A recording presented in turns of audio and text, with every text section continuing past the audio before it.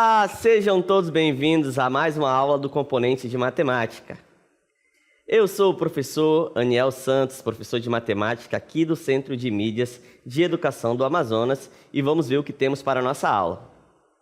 Aula de número 3, o objeto de conhecimento, necessidade dos números reais para medir qualquer segmento de reta, números irracionais, reconhecimento e localização de alguns na reta numérica. E o detalhamento, reconhecimento dos números irracionais e estimativas de localização na reta numérica. Muito bem, vamos falar sobre números irracionais. Então, pegue seu caderno, pegue sua caneta e vamos para a aula.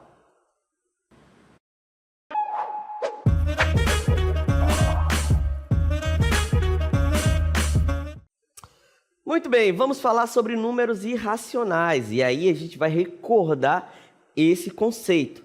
Primeiro eu tenho que entender o que é um número irracional. Para falar do número irracional, vamos recordar o que seria um número racional.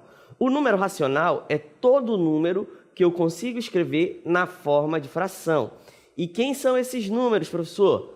São os números inteiros, eu posso escrever com denominador 1, certo? Eu posso também escrever os números decimais, né? Porque aí eu posso utilizar sempre o denominador 10 e contar o número de casas decimais. Posso também escrever na forma de número decimais as dízimas periódicas, né? As dízimas periódicas são aquelas dízimas onde o mesmo valor, né, tem um período ali nas casas decimais. E quem serão os números irracionais? São os números que eu não posso escrever na forma de fração. Certo? Então, nesse caso, vamos estar trabalhando com raiz de número primo, por exemplo, o 2, o 3, alguns números especiais, como o π, certo? E aí, a ideia é trabalhar a localização desses números na reta numérica. Para trabalhar essa localização, nós vamos trabalhar com estimativa, pois, se o número tem infinitas casas decimais, como que eu vou precisar a localização dele? Então, nesse caso, a matemática trabalha de forma indutiva, né? Então, a gente vai estimar aonde vai ficar essa localização. Então, para trabalhar isso, eu fiz alguns exemplos. Acompanhe comigo na tela. Muito bem, questão de número 1. Dos números racionais a seguir, qual deles pertence ao intervalo 2 e 3? Então, novamente, vou trabalhar com números irracionais. Eu já sei que eles vão ter uma quantidade de casas decimais infinitas, certo? E aí eu quero saber qual deles está no intervalo de 2 e 3. Só recordando aqui a nossa reta. Imagina que aqui seja a nossa reta. Deixa eu pegar uma reta bem bonitinha aqui. Muito bem. E aí a nossa reta ela vai ser dividida, né, em intervalos. Eu vou botar aqui o 0, o 1, o 2, o 3... e o 4. Imagina aí, 4. Imagina que essa reta tem um infinito, né, uma quantidade infinita de pontos. E o que é que eu vou trabalhar agora? Eu vou trabalhar o que eu conheço desses valores.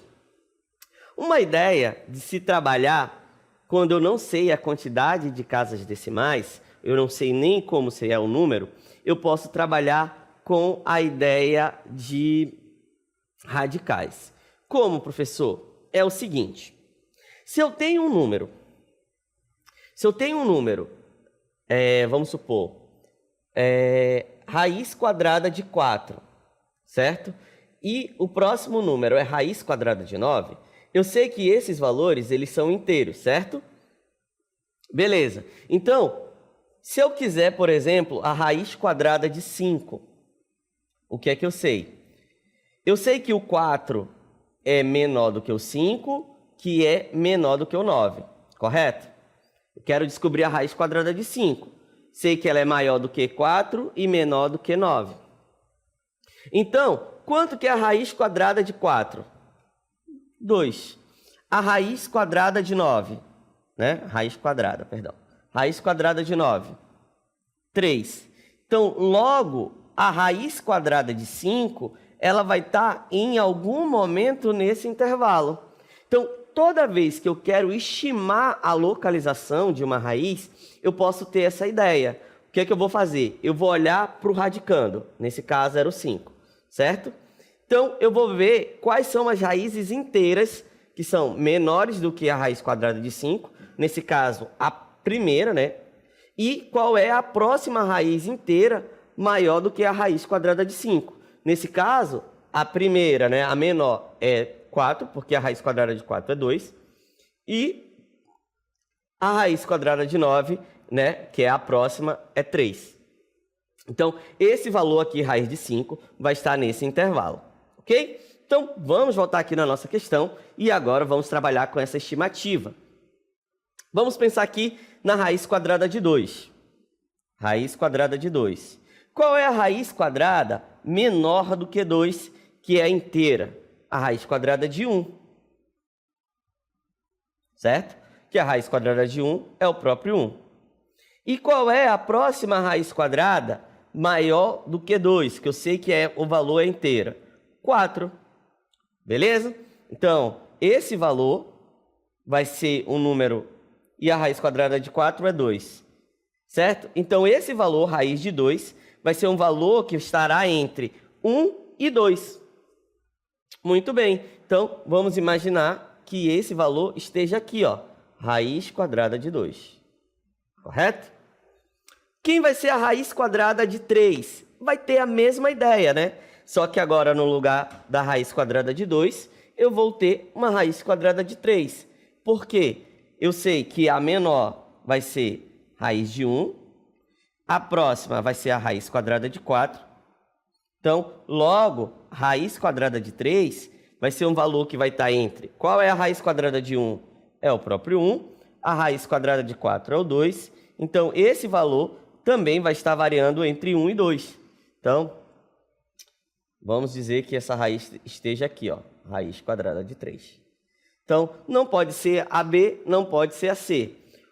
O número π, a gente sabe que ele é 3,14 e uma infinidade de casas decimais. Então, logo, o número π vai estar aqui, ó, entre 3 e 4. Portanto, a única solução é a raiz quadrada de 6. Mas a gente tem que verificar se está correto. Então, vamos verificar se está correto. Bora lá. Raiz quadrada de 6, certo? Qual é a raiz inteira menor do que a raiz de 6? A primeira, raiz quadrada de 4, que é 2. E qual é a próxima? Raiz quadrada de 9, que o resultado é 3. Logo, esse raiz de 6, o valor da raiz de 6, pertence a esse intervalo. Então, qual é a resposta correta? A nossa queridíssima letra D, raiz quadrada de 6, vai ser um valor que vai estar aqui entre 2 e 3. Tudo bem? Então, essa aqui foi a nossa resposta. E aí, ó, analisando as alternativas, o único que está entre 2 e 3 é a raiz quadrada de 6, que aqui, né, a gente utilizou a calculadora e tem essa resposta, né? Seria esse valor aproximado. Ok? Então, vamos ao próximo exemplo, que diz assim: na reta numérica indicada a seguir, todos os pontos marcados estão igualmente espaçados. Sendo assim, a soma do numerador com o denominador da fração irredutível, que representa x, é igual a... Então, olha o que ocorre. Eu tenho uma fração aqui, 3/7, e uma outra fração, 4/7. Eu sei que essas distâncias aqui, ó, são iguais, ok? Então, eles estão igualmente espaçados. E eu quero determinar o valor, né, do x, né? Qual é... Aqui vai ter uma fração e qual é a soma, né, do numerador com o denominador da fração x. Então, vamos lá resolver essa questão. A reta indica que todos os pontos estão igualmente espaçados. Sendo assim, a soma da fração do irredutível vai representar igual ao x. Só que eu tenho que ver o seguinte, ó, observe comigo, que o maior valor é 4 sétimos e o menor 3 sétimos. Se fizer essa diferença, 4 sétimos menos 3 sétimos, 3 sétimos, eu vou encontrar exatamente o tamanho desse intervalo. Ó. Quanto que mede esse intervalo? 1 sétimo, né? Porque os denominadores são iguais. Eu repito o denominador e subtraio os valores. Então, esse intervalo todo mede 1 sétimo. Então, e esse intervalo ele vai estar dividido em 4 partes. Então, ó, esse intervalo vai estar dividido em 4 partes iguais. O tamanho dele é de 1 sétimo. Beleza. Então, 1/4 é a mesma coisa que 0,25. Então, é como se eu somasse 0,25 a cada pedaço desse. Tudo bem? Então, ó, aqui é 3 sétimos e aqui vai ser 3 sétimos mais 1/4. Ok? Aqui, ó, vai ser esse resultado, ou então 3 sétimos mais 2/4. Por que 2/4, professor? Porque é em quantas partes está dividido. Então, eu poderia trabalhar exatamente aqui, ó, nessa fração. Quando eu penso em 1/4 desse valor, esse 1/4 ele está relacionado a 1/4 de 1 sétimo. Então, é 1/4, eu acabei me equivocando, é 1/4 de 1 sétimo. Beleza? Então, eu tenho que determinar esse tamanho logo. Então, isso aqui vai ser igual a 1/27, ou 27, 28. Beleza? Então, aqui vai ser 3 sétimos mais 1/28. Tudo bem? E aqui, sim, a gente vai terminar essa questão.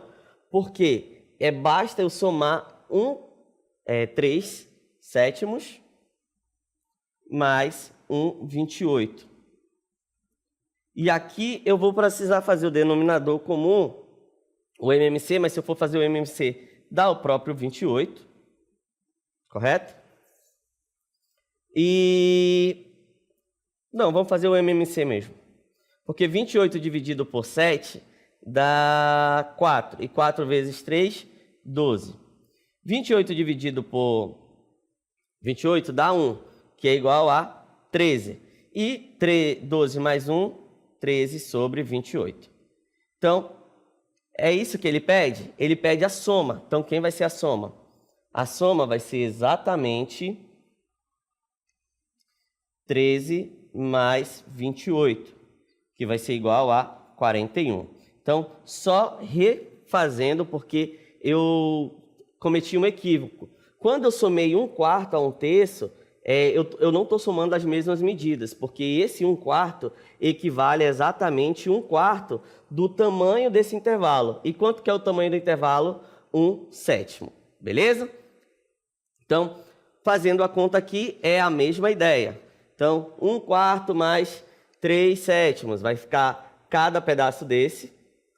Eu vou somar 0,25. Nesse caso aqui, ó, eu peguei, deixei tudo em fração de denominador 100. Então, vai ficar, ó, 25 sobre 100. É a mesma coisa que 0,25. E para somar com 3 sétimos, eu multiplico tanto em cima quanto embaixo para ficar com o denominador 100, né? Múltiplo de 100. E aqui eu vou somando esses valores. Então, a ideia é a mesma, tá bom? Só vamos utilizar a fração para ficar um pouco mais simples.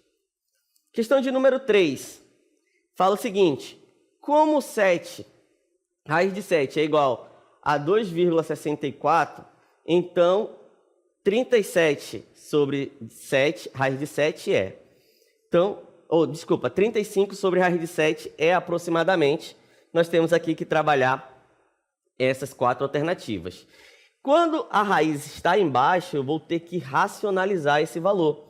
Então, 37 sobre raiz de 7 eu vou racionalizar. E o que significa isso, professor? Eu vou multiplicar tanto em cima quanto embaixo pelo mesmo valor. Nesse caso, raiz de 7. Então, aqui vai ficar 35 vezes raiz de 7. E esse valor eu vou dividir pelo esse produto. Ó. Raiz de 7 vezes raiz de 7 é raiz quadrada de 49. Ok. Então, continuando aqui embaixo, vai ficar 35 vezes raiz de 7, dividido raiz quadrada de 49 é 7. E aqui eu posso dividir, ó, 35 por 7. Eu posso dividir porque eu tenho um produto, tá? Se tivesse uma soma aqui no numerador, não poderia. 35 por 7 é igual a 5 vezes a raiz de 7. E agora, basta eu multiplicar aquele valor lá por 5. Então, 2,646 multiplicado por 5, ó, porque é 5 vezes a raiz de 7, nós vamos obter 5 vezes 6, 30, vai 3. 5 vezes 4, 20 com 3, 23, vai 2. 5 vezes 6, 30 com 2, 32, vai 2, certo? Vai 3, perdão, vai 3. 5 vezes 2, 10 com 3, 13. Então, a resposta correta, a nossa queridíssima letra C de coração.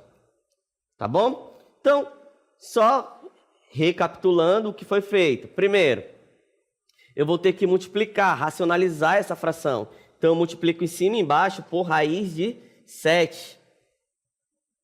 Certo? Raiz de 7. Quando eu divido 35 por raiz quadrada de 7, né, que vai ficar 7 vezes 7, que vai dar raiz quadrada de 7, de 49, que é 7. Quando eu simplificar 35 por 7, eu vou obter o valor de 5. Então, vai ficar 5 vezes a raiz de 7. E 5 vezes a raiz de 7, 13,23. Vamos a um próximo exemplo. Nosso próximo exemplo diz assim: os babilônicos talvez tenham usado a fórmula abaixo para obter aproximações interessantes de raízes quadradas de números não quadrado perfeito. E o que é que ele diz? Que eu vou pegar o A ao quadrado mais B, isso vai ser aproximadamente A mais B dividido por 2A. Atribuindo A igual a 3/4 ou 4/3 e B igual a 2/9, nesta fórmula é correto afirmar que obtemos aproximadamente aí raiz quadrada de 2, raiz quadrada de 2, raiz quadrada de 17 sobre 12 e raiz quadrada de 2. Então, vamos lá trabalhar essa questão. Então, ele falou que o A é igual a 4/3. Então, vou pegar 4/3 e elevar ao quadrado. Quando eu elevo 4/3 ao quadrado, eu vou elevar tanto o primeiro quanto o segundo ao quadrado. Então, 4 ao quadrado, 16, 3 ao quadrado, 9. E aqui vai ficar 2 mais 9, porque o B ele não tem quadrado, correto? E do outro lado, vou ficar com 4/3, beleza? E o B, 2/9, vezes 2 vezes 4/3. Vezes 4/3. E agora eu vou somar esse negócio. Então, somando aqui, ó, os denominadores são iguais. Então, denominador igual, eu repito, e somo os numeradores. 16 mais 2, 18. 18 dividido por 9 é raiz quadrada de 2. Ou seja, eu já vou estar trabalhando com valores da raiz quadrada de 2, o valor aproximado da raiz quadrada de 2. Do outro lado da igualdade, né, vamos supor aqui, da aproximação, o que é que nós vamos obter? Aqui vamos trabalhar com calma, pois eu tenho a divisão de fração e eu tenho no denominador um produto ainda. Então, fazendo essa conta com bastante calma, nós vamos ter que ter calma e atenção. Primeiro, 2/9. eu vou repeti-lo, tá bom? Vamos repetir o 2 nonos e vamos primeiro fazer esse produto. Então, quem vai ser o produto? Ó, quando não tem denominador é 1. 2 vezes 4, 8. 1 vezes 3, 3. Correto. E agora? Agora, eu vou fazer uma divisão de fração. Como é que acontece a divisão de fração? Eu vou repetir a primeira, nesse caso, 2 nonos, e vou multiplicar pelo inverso da segunda, nesse caso, 3 oitavos. Observe que o 4 terços aqui, ó, eu ainda não trabalhei com ele, eu ainda não mexi com ele, tá bem? Por quê? Porque ele é uma soma, e essa soma eu só vou poder somar depois que eu resolver toda essa conta aqui, ó. Então, continuando resolvendo essa conta, vai ficar quem? Novamente, eu tenho uma multiplicação de fração. Como é que eu faço? Eu multiplico os denominadores, que vai estar bem aqui, ó. 9 vezes 8, 72. E multiplico os numeradores. 2 vezes 6, 3. Ou 2 vezes 3, 6. E aí, eu tenho uma soma de denominadores iguais, ou diferente. Porém, aqui, ó, eu posso simplificar. Por quanto? Por 6. Então, dividindo tanto em cima quanto embaixo por 6, nós vamos obter 1/12. Correto. E agora, eu vou somar, né, essas duas frações com denominadores diferentes. Nesse caso, o MMC, como eles são múltiplos, é o maior. Então, vai ficar 12. Então, 12 dividido por 3 dá 4. E 4 vezes 4, 16. E 12 dividido por 2, por 12, dá 1. Vezes 1, 1. E eu faço essa soma. 16 mais 1, 17. Logo, a raiz quadrada de 2 eu posso escrever como sendo uma fração 17/12. Ok? Então, voltando lá nas alternativas, a alternativa correta seria a nossa queridíssima letra A. Tá bom? Então, a raiz de 2 eu posso escrever, né, aproximadamente como a raiz de 17/12. Questão de número 5. Novamente, vamos trabalhar com posição. Qual é a posição aproximada do número irracional raiz de 7 na reta numérica? Então, letra alternativa A. Entre 2 e 3, mais próximo do 3. Entre 5 e 6, mais próximo do 5. Entre 1 e 2, mais próximo do 1. Entre 3 e 4, mais próximo do 4. E aí, novamente, eu tenho que pensar naquela ideia de aproximação. Certo? Lembra que a reta, ela vai estar aqui, né? E aí, vamos ter o 0, o 1, o 2, 3, 4, 5, 6. Eu acho que ele trabalha até o 6, mas lembra que a reta continua. Como eu quero descobrir a raiz quadrada de 7, eu vou trabalhar com valores inteiros, a raiz quadradas inteiras próxima à raiz quadrada de 7. Então, imagina aqui a raiz quadrada de 7. Qual é a raiz inteira que você conhece maior do que a raiz quadrada de 7? Seria a raiz quadrada de 9. Beleza? A raiz quadrada de 9. E menor do que a raiz quadrada de 7, nós vamos ter a raiz quadrada de 4. Porque essas duas são interessantes.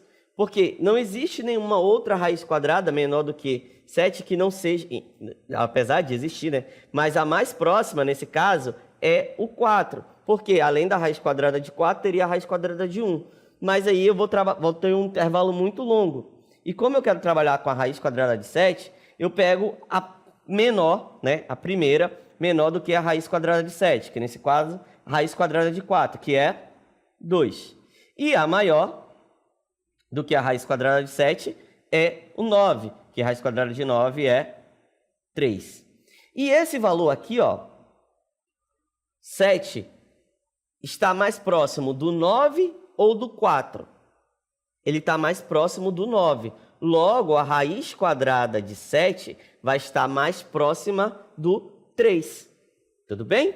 Então, observando as alternativas, a alternativa correta seria a alternativa A, né? é um número entre 2 e 3 e mais próximo do 3. Por que mais próximo do 3? Porque o 7 está mais próximo do 9 do que mais próximo do 4. Então, seria um número mais ou menos aqui, raiz quadrada de 7. Beleza? Então, vamos só ver aqui, né, o comentário. Para responder a questão, é necessário lembrar que a raiz quadrada de 7 é um número irracional, pois usa a representação decimal infinita e não periódica. Para estimar sua posição na reta, podemos utilizar a aproximação, né, que foi o que a gente usou no exemplo, ou então calcular, ir lá na calculadora, apertar raiz quadrada de 7, que nós vamos ter esse valor aqui, ó, 2,64, 57, 51, 31, 1 e assim indo embora. Logo, esse valor está mais próximo do 2, ou do 3, do que o 2. Correto? Pois é, está mais próximo do 2 do que do 3. Ou mais próximo do 3 do que do 2, perdão. E essa é uma ideia muito legal de se calcular a raiz quadrada, né? De se aproximar às raízes quadradas. Eu sempre posso fazer essa ideia, tá bom? Então, essa foi a nossa aula de localização de números irracionais na reta numérica. Então, eu tenho a questão da estimativa, que era como era usada pelos babilônios, mas eu também tenho uma ideia de estimar usando a localização ali, sempre pegando a próxima raiz quadrada inteira e a menor raiz quadrada inteira ali, certo? Então, esse valor, como os números reais eles são ordenados, então, obrigatoriamente, essa raiz vai ter que estar dentro desse intervalo de raízes inteiras. Então, é a melhor forma de se estimar a posição de uma raiz, tá bom? Então, espero que tenha sido bastante esclarecedora e até o nosso próximo encontro.